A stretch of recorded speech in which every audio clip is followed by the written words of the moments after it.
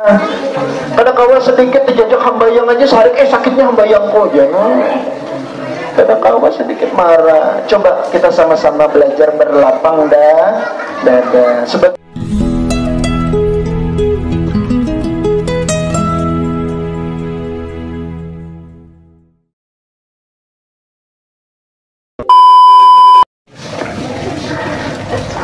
A'udzu billahi minasyaitonir rajim. Bismillahirrahmanirrahim. Yasin wal Qur'anil hakim. Innaka laminal mursalin. Ya man huwallahu alladzi la ilaha illa huwar rahmanur rahim.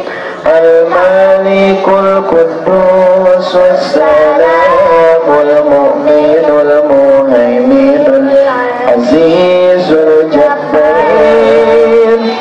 Allahumma shalli ala sayyidina Muhammad wa ashwil zalimin bi'alimin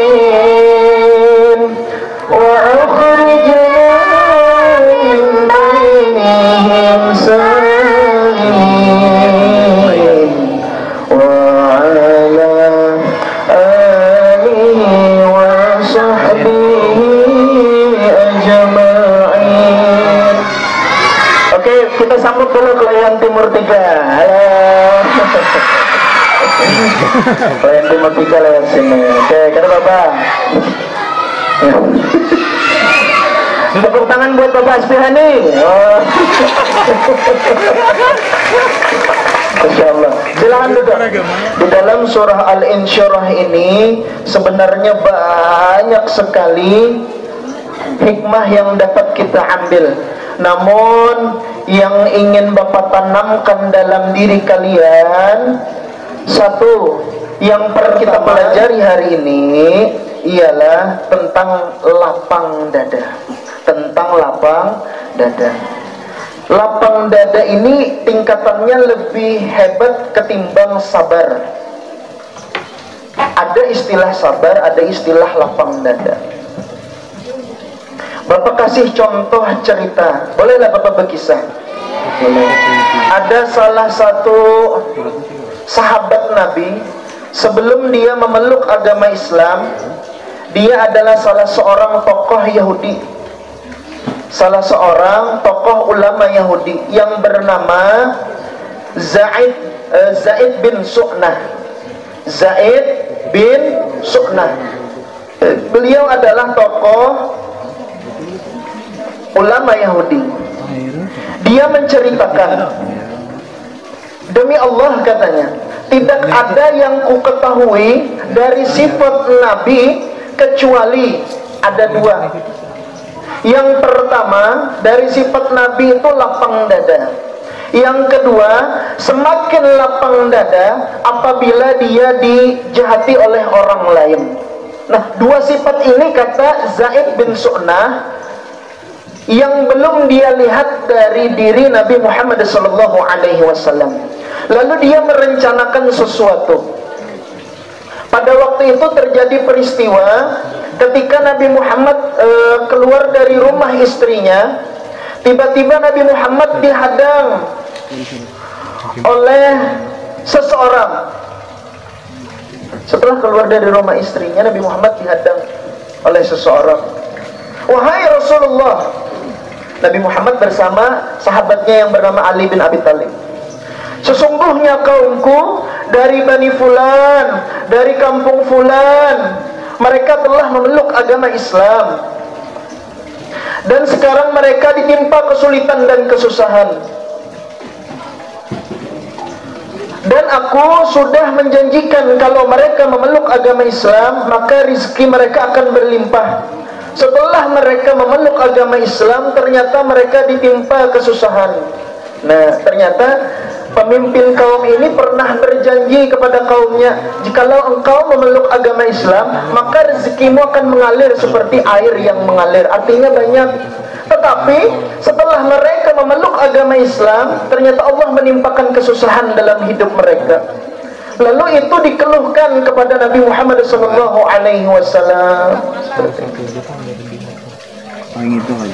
Dan kata orang yang menghadang Nabi tadi, dan sekarang aku khawatir mereka akan keluar dari Islam karena ketamakan mereka, sebagaimana mereka masuk Islam karena harta. Jadi pemimpin kaum ini khawatir mereka akan keluar Islam kembali karena sebagaimana mereka memeluk agama Islam karena harta, seperti itu. Lalu dia berkata kepada Nabi Muhammad, jikalau engkau ingin membantu mereka dengan sedikit harta, maka lakukanlah wahai Rasulullah, semoga Allah membalas kebaikan untukmu. Namun Nabi Muhammad SAW tidak dapat berkata, hanya dapat menoleh kepada sahabatnya yang ada di sebelahnya, yaitu Ali bin Abi Thalib, menoleh Nabi Muhammad. Namun Ali bin Abi Thalib ini paham. Nah ini yang ngalih lah dalam persahabatan, yang pemahaman ini ngalih. Ali ini paham. Lalu Ali berkata, ya Rasulullah, tidak ada sedikit pun yang tersisa dari harta kita. Namanya iklan. Kedada hartanya, kata Ali bin Abi Thalib. Lalu datanglah Zaid bin Su'nah. Nah ini yang akan kita ceritakan. Kita ambil hikmah pelajaran yang akan kita pelajari hari ini. Lalu datanglah Zaid bin Su'nah. Lalu dia berkata kepada Nabi Muhammad SAW, ya Muhammad, karena sebelum itu memang Zaid bin Su'nah ini belum masuk Islam. Lalu dia memanggil, ya Muhammad, juallah kurma milik fulan dengan pembayaran tertunda. Jadi artinya apa?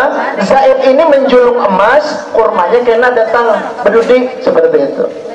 Karena memang keadaannya Rasulullah ingin mendapatkan duit secara langsung, karena memang ada yang mengeluhkan kekurangan harta seperti itu. Lalu terjadilah akad di antara keduanya dengan hutang tertunda seperti itu. Lalu singkat cerita, Bapak kisah ini panjang lah kalau tak malam ya.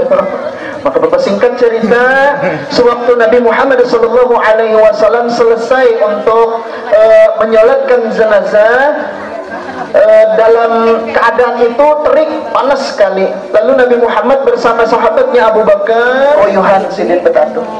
Tiba-tiba Zaid bin Su'nah datang. Datangnya tersebut tidak dengan cara baik-baik. Bahasa kitanya itu sarik.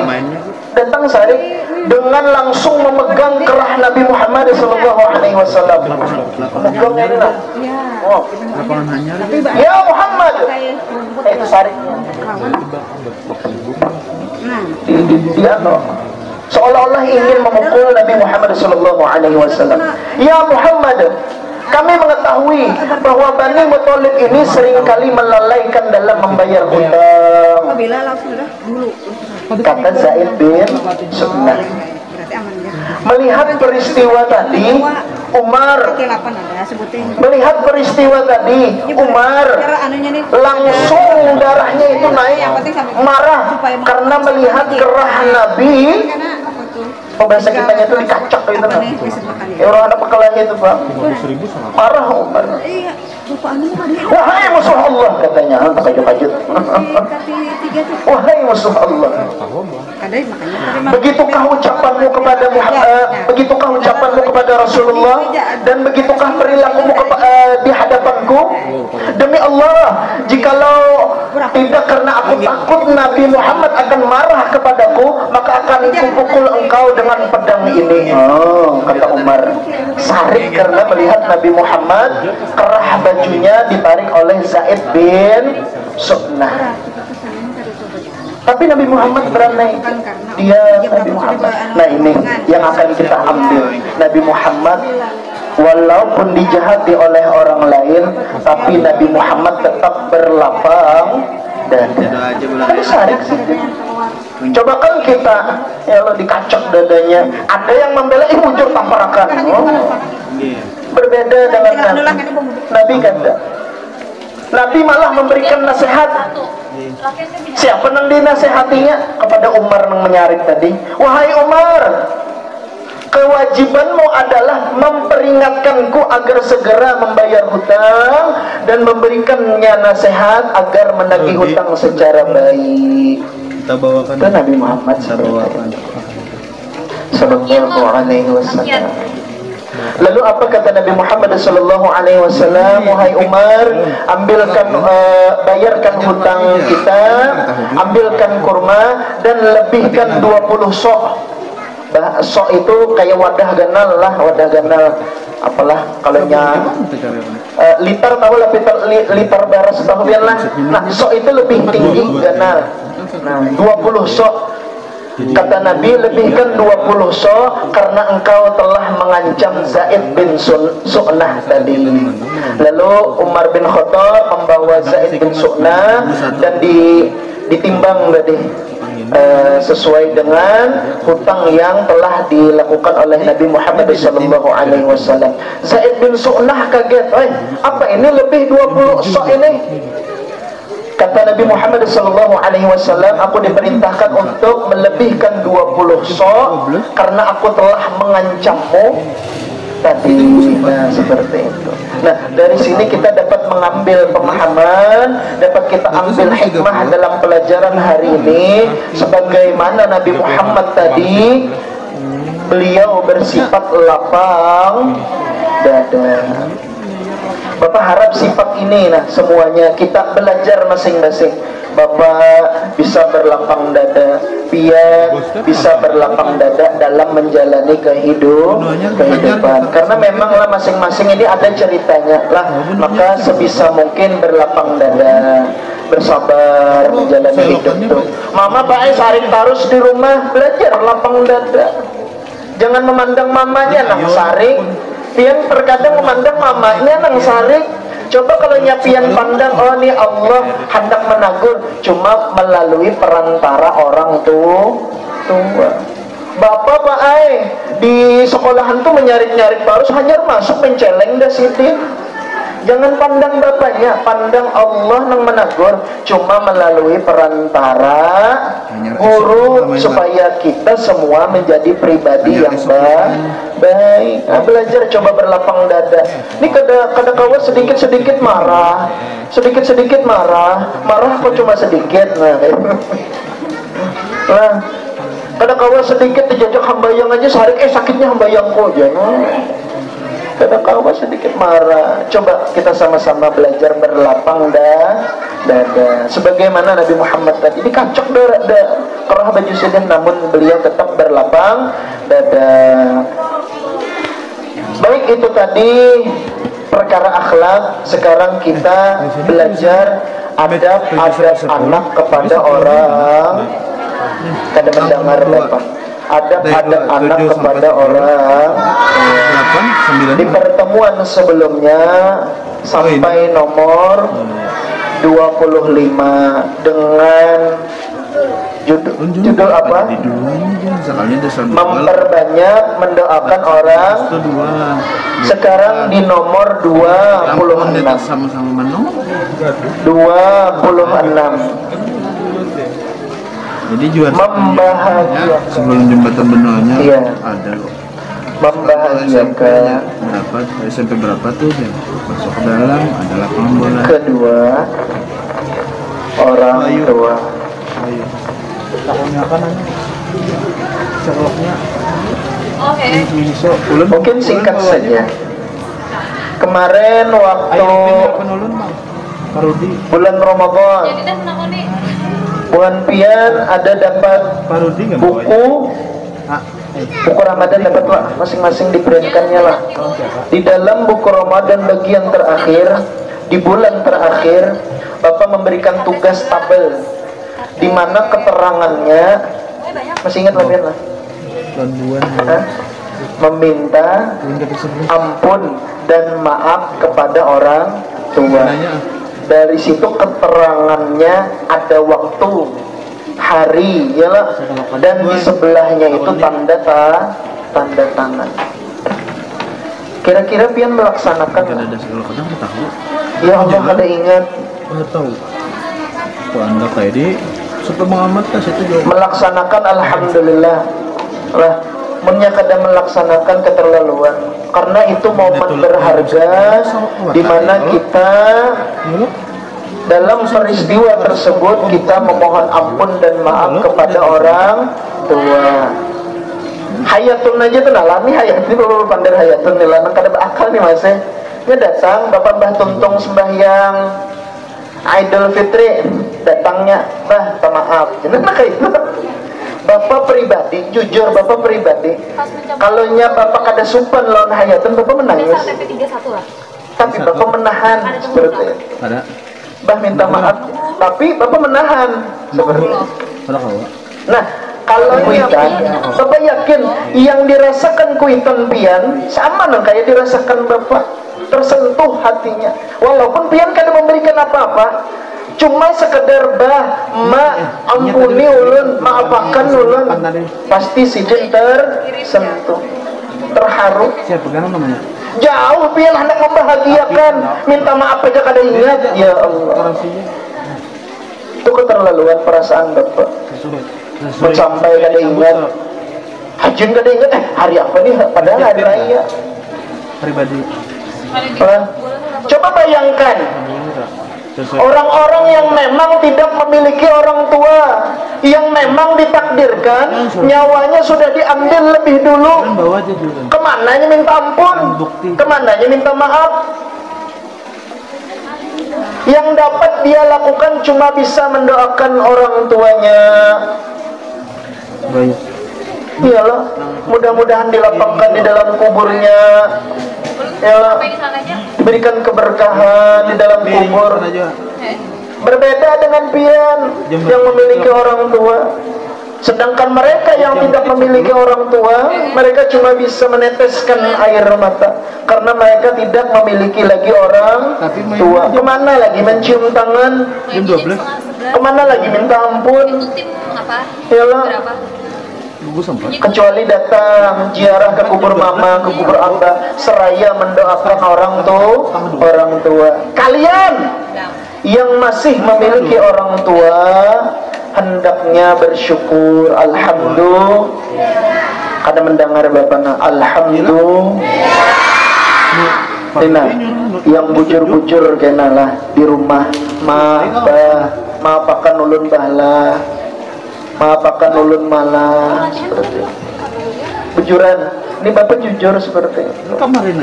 Jikalau memang orang tua ingin menampakkan air matanya, maka mereka pasti langsung meneteskan air mata karena terharu terjadi perubahan akhlak kepada anakku menjadi pribadi yang lebih baik. Mudah-mudahan kita semua diberikan Allah kesempatan untuk dapat membahagiakan orang tua. Jikalau memang belum diberikan kesempatan, maka selalulah diberikan waktu luang untuk dapat mendoakan mereka semua. Amin ya rabbal alamin. Subhanakallahumma wa bihamdika asyhadu an la ilaha illa anta astaghfiruka wa atubu ilaik. Adab berdoa. Ditunjukkan hanya untuk Allah Ta'ala. Bismillahirrahmanirrahim. Rabbi awzi'ni an ashkura ni'mataka allati an'amta 'alayya wa 'ala walidayya wa an a'mala salihan tardah wa adkhilni bi rahmatika fi 'ibadika as-salihin. Rabbana atina fid dunya hasanah wa fil akhirati hasanah wa qina adzaban nar. Walhamdulillahi rabbil alamin. Ucapkan salam. Assalamualaikum warahmatullahi wabarakatuh. Bapak Ibu hadirin. Sudah, Mbak. Terus sebentar.